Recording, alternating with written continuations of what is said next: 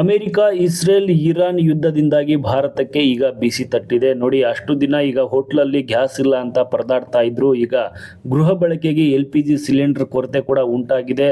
ಖರೀದಿಗೆ ಜನರು ಕೂಡ ಮುಗಿ ಬೀಳ್ತಾ ಇದ್ದಾರೆ. ಈ ಕೊರತೆ ಬಗ್ಗೆ ಕೇಂದ್ರ ಸರ್ಕಾರ ಕೂಡ ಪ್ರತಿಕ್ರಿಯೆ ನೀಡಿದೆ. ಹಾಗೇನೆ CM ಸಿದ್ದರಾಮಯ್ಯ ಕೂಡ ಕೇಂದ್ರಕ್ಕೆ ಪತ್ರವನ್ನ ಬರೆದಿದ್ದಾರೆ. ಆ ಪತ್ರದಲ್ಲಿ ಏನಿದೆ, ಹಾಗೇನೆ ಕರ್ನಾಟಕದಲ್ಲಿ ಪ್ರತಿ ಜಿಲ್ಲೆಗೂ ಕೂಡ ಕೆಲವೊಂದಿಷ್ಟು ಜಿಲ್ಲೆಗಳಿಗೆ ಬಹಳ ತೊಂದರೆ ಕೂಡ ಆಗಿರುವಂತದ್ದು ಗ್ಯಾಸ್ ಸಿಲಿಂಡರ್ನಿಂದಾಗಿ ಏನೆಲ್ಲ ಪ್ರಾಬ್ಲಮ್ ಆಗ್ತಾ ಇದೆ ಮತ್ತೆ ಏನೆಲ್ಲ ಕ್ರಮಗಳನ್ನು ಕೈಗೊಳ್ತಿದೆ ಸರ್ಕಾರ ಎನ್ನುವುದನ್ನು ಕೂಡ ಈ ವಿಡಿಯೋದಲ್ಲಿ ನೋಡ್ತಾ ಹೋಗೋಣ. ನೋಡಿ, ಆಗಲೇ ಹೇಳಿದಂತೆ ದೇಶದಲ್ಲಿ ಗೃಹ ಬಳಕೆಯ LPG ಸಿಲಿಂಡರ್ ಕೊರತೆಯಾಗಿದೆ. ಗ್ಯಾಸ್ ಏಜೆನ್ಸಿಗಳಿಂದ LPG ಸಿಲಿಂಡರ್ ಖರೀದಿಸಲು ಜನರು ಮುಗಿ ಬೀಳ್ತಾ ಇದ್ದಾರೆ. ಬ್ಲಾಕ್ ಮಾರ್ಕೆಟ್ನಲ್ಲಿ 14.5 kg LPG ಸಿಲಿಂಡರ್ 1,500 ರೂಪಾಯಿಗೆ ಮಾರಾಟ ಮಾಡಲಾಗ್ತಿದೆ. LPG ಉತ್ಪಾದನೆ ಹೆಚ್ಚಿಸಲು ಕೇಂದ್ರ ಸರ್ಕಾರ ಕೂಡ ಆದೇಶವನ್ನ ಮಾಡಿದೆ. ಭಾರತದಲ್ಲಿ ಈಗ LPG ಸಿಲಿಂಡರ್ ಕೊರತೆ ಬಗ್ಗೆ ಜನರು ಪ್ಯಾನಿಕ್ ಆಗಿದ್ದಾರೆ, ಅಂದರೆ ಆತಂಕಕ್ಕೊಳಗಾಗಿದ್ದಾರೆ.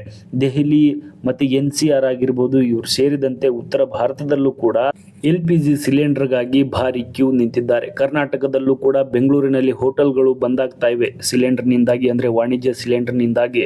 ಅದರ ಕೊರತೆಯಿಂದಾಗಿ ಮಾಲೀಕರು ನಾವು ಹೋಟೆಲ್ ಬಂದ್ ಮಾಡಲೇಬೇಕಾದ ಪರಿಸ್ಥಿತಿ ಎದುರಾಗಿದೆ. ಮತ್ತೆ ಪ್ರತಿ ಜಿಲ್ಲೆಯಲ್ಲೂ ಕೂಡ, ಕರ್ನಾಟಕದ ಪ್ರತಿ ಜಿಲ್ಲೆಯಲ್ಲೂ ಕೂಡ ಇದೇ ಪರಿಸ್ಥಿತಿ ಎದುರಾಗ್ತಾ ಇದೆ ಎನ್ನುವಂತಹದ್ದು ಕೂಡ ಇಲ್ಲಿ ನೋಡಬೇಕಾಗತ್ತೆ. ಯಾಕಂತಂದ್ರೆ LPG ಸಿಲಿಂಡರ್ನ್ನು ಗ್ಯಾಸ್ ಏಜೆನ್ಸಿಗಳಿಂದ ಪಡೆಯಲು ಜನರು ಮುಗಿ ಬೀಳ್ತಾ ಇದ್ದಾರೆ. ಹಬ್ಬಗಳು ಇರುವುದರಿಂದ LPG ಸಿಲಿಂಡರ್ಗೆ ಈಗ ಭಾರಿ ಬೇಡಿಕೆ ಕೂಡ ಬಂದಿರುವಂಥದ್ದು. ಕಾಳಸಂತೆಯಲ್ಲಿ 14.5 kgಯ ಗೃಹ ಬಳಕೆ ಸಿಲಿಂಡರ್ 1,500 ರೂಪಾಯಿಗೆ ಮಾರಾಟ ಆಗ್ತಾ ಇದೆ. ಗಲ್ಫ್ ರಾಷ್ಟ್ರಗಳಿಂದ ಆಗಲೇ ಹೇಳಿದಂತೆ ಭಾರತಕ್ಕೆ LPG ಸಿಲಿಂಡರ್ ಪೂರೈಕೆಯಲ್ಲಿ ವ್ಯತ್ಯಯವಾಗಿದೆ, ಕೊರತೆ ಕೂಡ ಉಂಟಾಗಿದೆ.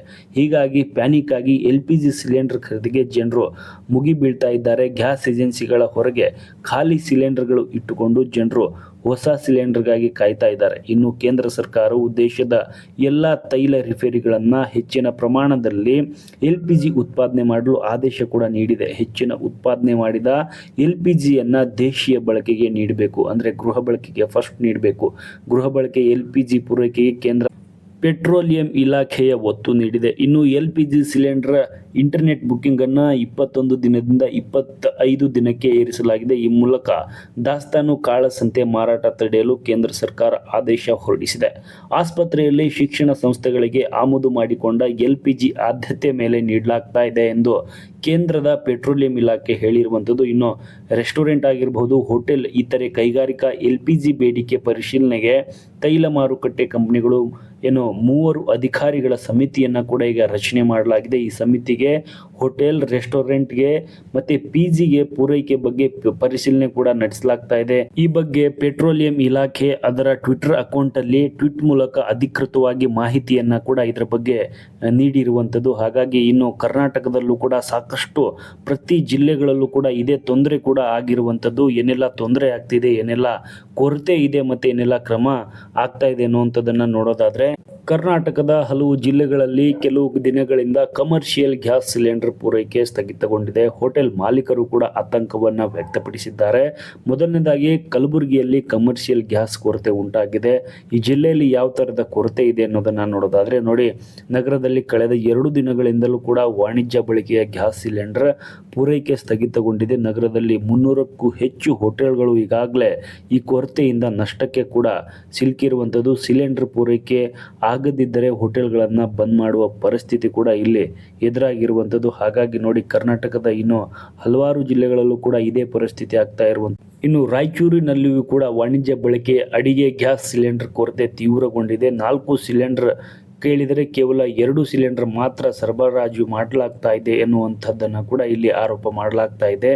ಇನ್ನು ಬಳ್ಳಾರಿಯಲ್ಲಿ ಯಾವ ಪರಿಸ್ಥಿತಿ ಇದೆ ಅನ್ನೋದನ್ನ ನೋಡೋದಾದ್ರೆ, ನೋಡಿ, ದೊಡ್ಡ 25 kg ಕಮರ್ಷಿಯಲ್ ಸಿಲಿಂಡರ್ ದೊರೆಯದೆ ಹೋಟೆಲ್ ಉದ್ಯಮಿಗಳು ಸಂಕಷ್ಟ ಅನುಭವಿಸ್ತಾ ಇದ್ದಾರೆ. ಹೀಗಾಗಿ ಕೆಲವರು 5 kg ಸಾಮರ್ಥ್ಯದ ಸಣ್ಣ ಕಮರ್ಷಿಯಲ್ ಸಿಲಿಂಡರ್ ಬಳಸುವ ಪರಿಸ್ಥಿತಿ ಕೂಡ ಬಳ್ಳಾರಿಯಲ್ಲಿ ಎದುರಾಗ್ತಾ ಇರುವಂಥದ್ದು. ಇನ್ನು ಬಾಗಲಕೋಟೆಯಲ್ಲಿ ಸಭೆ ಕೂಡ ಕರೆದಿದ್ದಾರೆ ಹೋಟೆಲ್ ಮಾಲೀಕರು. ಈ ಕುರಿತು ಸಭೆಯನ್ನ ಕೂಡ ಮಾಡ್ಲಿಕ್ಕೆ ಕರೆದಿದ್ದಾರೆ. ನೋಡಿ, ಗ್ಯಾಸ್ ಸರಬರಾಜು ಸಮಸ್ಯೆ ಕೂಡ ಅಲ್ಲಿ ಜಾಸ್ತಿ ಆಗ್ತಾ ಇರುವಂಥದ್ದು. 200ಕ್ಕೂ ಹೆಚ್ಚು ಹೋಟೆಲ್ಗಳು ಅಲ್ಲಿ ಆತಂಕದಲ್ಲಿರುವಂಥದ್ದು. ಗ್ಯಾಸ್ ಪೂರೈಕೆ ಸಮರ್ಪಕವಾಗಿ ಆಗ್ತಾ ಇಲ್ಲ. ಹಾಗಾಗಿ ಹೋಟೆಲ್ ಮಾಲೀಕರು ಶೀಘ್ರ ಸಭೆ ನಡೆಸಿ ಮುಂದಿನ ಕ್ರಮಗಳ ಬಗ್ಗೆ ನಿರ್ಧಾರ ಕೈಗೊಳ್ಳಲು ಈಗ ಮುಂದಾಗ್ತಾ ಇರುವಂಥದ್ದು. ಹಾಗಾಗಿ ಇನ್ನೂ ಹೆಚ್ಚಿನದಾಗಿ ನೋಡೋದಾದರೆ ನೋಡಿ, ಬೀದರ್ನಲ್ಲೂ ಕೂಡ ಗ್ಯಾಸ್ ಸಿಲಿಂಡರ್ನ ಕೊರತೆ ಕೂಡ ಅಲ್ಲಿ ಕೂಡ ಉಂಟಾಗ್ತಾ ಇರುವಂಥದ್ದು. ಮತ್ತು ಗ್ಯಾಸ್ ಏಜೆನ್ಸಿಗಳಲ್ಲಿ ವಾಣಿಜ್ಯ ಬಳಕೆಯ ಸಿಲಿಂಡರ್ ಸ್ಟಾಕ್ ಸಂಪೂರ್ಣ ಖಾಲಿ ಆಗ್ತಾ ಇರುವಂಥದ್ದು. ಏನು ಗೋದಾಮಿನಲ್ಲಿಯೂ ಕೂಡ ಖಾಲಿ ಸಿಲಿಂಡರ್ಗಳೇ ಕಾಣಿಸ್ತಾ ಐತೆ. ಕಳೆದ 2 ದಿನಗಳಿಂದಲೂ ಕೂಡ ಪೂರೈಕೆ ಸ್ಥಗಿತಗೊಂಡಿದೆ ಅಂತಲೇ ಅಲ್ಲೂ ಕೂಡ ಇದೇ ಪರಿಸ್ಥಿತಿ ಅಂತ ಅಲ್ಲೂ ಕೂಡ ಜನರು ಆತಂಕಕ್ಕೊಳಗಾಗ್ತಾ ಇರುವಂಥದ್ದು. ಇನ್ನು ವಿಜಯಪುರದಲ್ಲಿ ದಿನಕ್ಕೆ 3ರಿಂದ 4 ಸಿಲಿಂಡರ್ ಅಗತ್ಯ ಇರುವ ಹೋಟೆಲ್ಗಳಿಗೆ ಸಿಲಿಂಡರ್ ಪೂರೈಕೆ ಕಡಿಮೆಯಾಗುವ ಸಾಧ್ಯತೆ ಹಿನ್ನೆಲೆಯಲ್ಲಿ ಮಾಲೀಕರು ಆತಂಕದಲ್ಲಿರುವಂಥದ್ದು. ಮತ್ತು ಸಾಲ ಮಾಡಿ ಹೋಟೆಲ್ ಆರಂಭಿಸಿರುವ ಅವರಿಗೂ ಕೂಡ ಬಂದಾದರೆ ಬಾಡಿಗೆ ಅದೆಲ್ಲ ಕೂಡ ಅವರಿಗೂ ಕೂಡ ತೊಂದರೆ ಆಗ್ತಾ ಇರುವಂಥದ್ದು. ಇನ್ನು ಧಾರವಾಡ ಗೃಹ ಬಳಕೆ ಸಿಲಿಂಡರ್ ಬೆಲೆ ಕೂಡ ಅಲ್ಲಿ ಕೂಡ ಏರಿಕೆ ಆಗ್ತಾ ಇರುವಂಥದ್ದು. ಧಾರವಾಡ ಜಿಲ್ಲೆಯಲ್ಲೂ ಕೂಡ ಗೃಹ ಬಳಕೆಯ ಏನು ಬೆಲೆ ಇದೆ 60 ರೂಪಾಯಿ ಹೆಚ್ಚಳವಾಗ್ತಾ ಇರುವಂಥದ್ದು. ಗೃಹಿಣಿಯರು ಕೂಡ ಇದರ ಬಗ್ಗೆ ಆರೋಪಿಸಿರುವಂಥದ್ದು.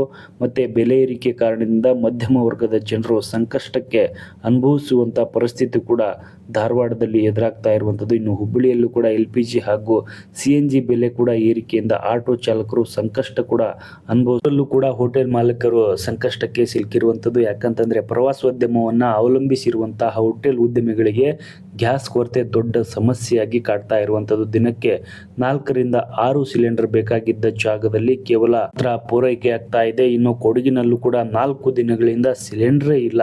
ಕೊಡಗು ಜಿಲ್ಲೆಯಲ್ಲಿ ಆಗಲೇ ಹೇಳಿದಂತೆ ನೋಡಿ, ಮೈಸೂರಿನ ಹೆಬ್ಬಾಳದ ಘಟಕದಿಂದ ಪೂರೈಕೆಯಾಗುವ ಅನಿಲವನ್ನು ಪ್ರಸ್ತುತ ಗೃಹ ಬಳಕೆಗೆ ಮಾತ್ರ ನೀಡಲಾಗ್ತಾ ಇರುವುದರಿಂದ ಕಮರ್ಷಿಯಲ್ ಸಿಲಿಂಡರ್ ಪೂರೈಕೆ ಈಗ ಸಂಪೂರ್ಣವಾಗಿ ಸ್ಥಗಿತವಾಗಿರುವಂಥದ್ದು. ಇನ್ನು ದಾವಣಗೆರೆಯಲ್ಲೂ ಕೂಡ ಎಲೆಕ್ಟ್ರಿಕಲ್ ಸ್ಟೋವ್ ಬಳಕೆಗೆ ಮನವಿ ಕೂಡ ಮಾಡಲಾಗ್ತಾ ಇರುವಂಥದ್ದು. ಹೋಟೆಲ್ ಮಾಲೀಕರು ಇರುವ ಸ್ಟಾಕ್ ಬಳಸಿ ಸೇವೆ ಮುಂದುವರಿಸ್ತಾ ಇದ್ದಾರೆ. ಆದರೆ ಸಿಲಿಂಡರ್ ಸಿಗದಿದ್ದಕ್ಕೆ ಎಲೆಕ್ಟ್ರಿಕಲ್ ಸ್ಟೋವ್ ಬಳಸಿ ಅಡುಗೆ ಮಾಡಲು ಹೆಚ್ಚಿನ ಯೂನಿಟ್ ವಿದ್ಯುತ್ ಬಳಸಲು ಅನುಮತಿ ಕೂಡ ನೀಡಬೇಕೆಂದು ಈಗ ರಾಜ್ಯ ಸರ್ಕಾರಕ್ಕೆ ಮನವಿಯನ್ನು ಕೂಡ ಮಾಡಲಾಗ್ತಾ ಇರುವಂಥದ್ದು. ಇನ್ನು ಹೋಟೆಲ್ ಬಂದ್ ಆತಂಕದಲ್ಲಿರುವಂಥದ್ದು. ರಾಜ್ಯದ ಹಲವಾರು ಜಿಲ್ಲೆಗಳಲ್ಲಿ ಆಗಲೇ ಹೇಳಿದಂತೆ ವಾಣಿಜ್ಯ ಬಳಕೆಯ ಗ್ಯಾಸ್ ಸಿಲಿಂಡರ್ ಕೊರತೆ ಮುಂದುವರೆದಿದೆ. ಹೋಟೆಲ್ಗಳನ್ನು ಬಂದ್ ಮಾಡುವ ಪರಿಸ್ಥಿತಿ ಎದುರಾಗುವ ಸಾಧ್ಯತೆ ಇರುವಂಥದ್ದು. ಹಾಗಾಗಿ ಉದ್ಯಮಿಗಳು ಎಚ್ಚರಿಕೆ ಕೂಡ ನೀಡ್ತಾ ಇರುವಂಥದ್ದು. ಹೋಟೆಲ್ ಬಂದ್ ಆದರೆ ಸಾವಿರಾರು ಕಾರ್ಮಿಕರು ಉದ್ಯೋಗ ಕಳೆದುಕೊಳ್ಳುವ ಅಪಾಯವಿದೆ ಎನ್ನುವಂಥದ್ದನ್ನು ಕೂಡ ಇಲ್ಲಿ ಗಮನಿಸಬೇಕಾದಂತು. ಯಾಕಂತಂದರೆ ಮಧ್ಯಪ್ರಾಚ್ಯ ಯುದ್ಧದ ಪರಿಣಾಮ ಭಾರತದಲ್ಲಿಯೂ ಕೂಡ